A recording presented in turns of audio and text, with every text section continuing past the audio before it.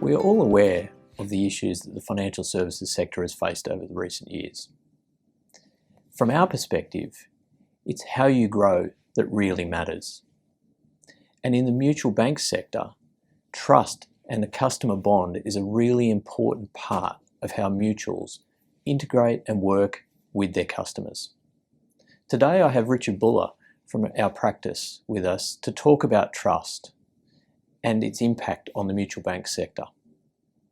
Richard, welcome. From your perspective, what's the level of trust that customers have with their mutual bank? Look, that's an excellent question in terms of the state of trust. I think we've still got a significant flow on from the Royal Commission. While the Royal Commission wasn't into mutuals and didn't touch on mutuals directly, I think all of our institutions are currently under question in terms of societal's general trust in them. And I think mutuals will find themselves increasingly challenged and increasingly asked, how are we operating in a way that aligns with members' interests? And I think that's more broadly in that members reflect society. And at the moment, society is going through some really significant challenges in terms of transitioning to COVID normal. And I think it's in that transition context that mutuals would really benefit from stopping, reflecting on their current operating models in their current responses to COVID and asking what might the consequences of the decisions they're making now be on their members and more broadly other stakeholders' trust in them. Richard, I know how passionate you are about this topic, and you've been doing a lot of work in the market recently around how the mutuals can further enhance their trust and customer bond. So what are some of the insights that you've gathered from the research? Right, so we can offer the mutuals a framework that we co-developed with the University of Queensland. There's a KPMG Chair in Organisational Trust, Professor Nicole Gillespie. And last year we came out with a joint publication, Trustworthy by Design. Central to that is our trustworthy model. And the trustworthiness model has three core principles.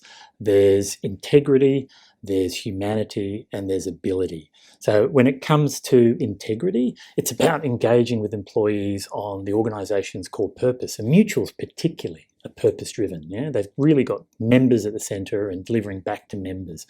You've got to come back to that core heritage, that core purpose, and that's demonstrating integrity.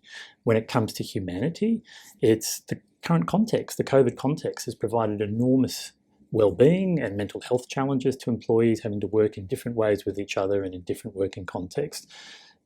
Respond to that. Demonstrate through appropriate services and appropriate support that you understand those challenges and you're responding. And finally, in terms of ability, new abilities are being brought to bear. A lot of us, including mutuals, are considering which roles can we automate. Which roles can we enhance with automation? And that's going to result in organisational change and a change in ability. But if you can demonstrate that that changing ability is done sensitive to the impacts that will have, that you can transition from one set of abilities to a future set and do that in a way that minimises those impacts, that also increases trust. Richard, there's some really useful insights there.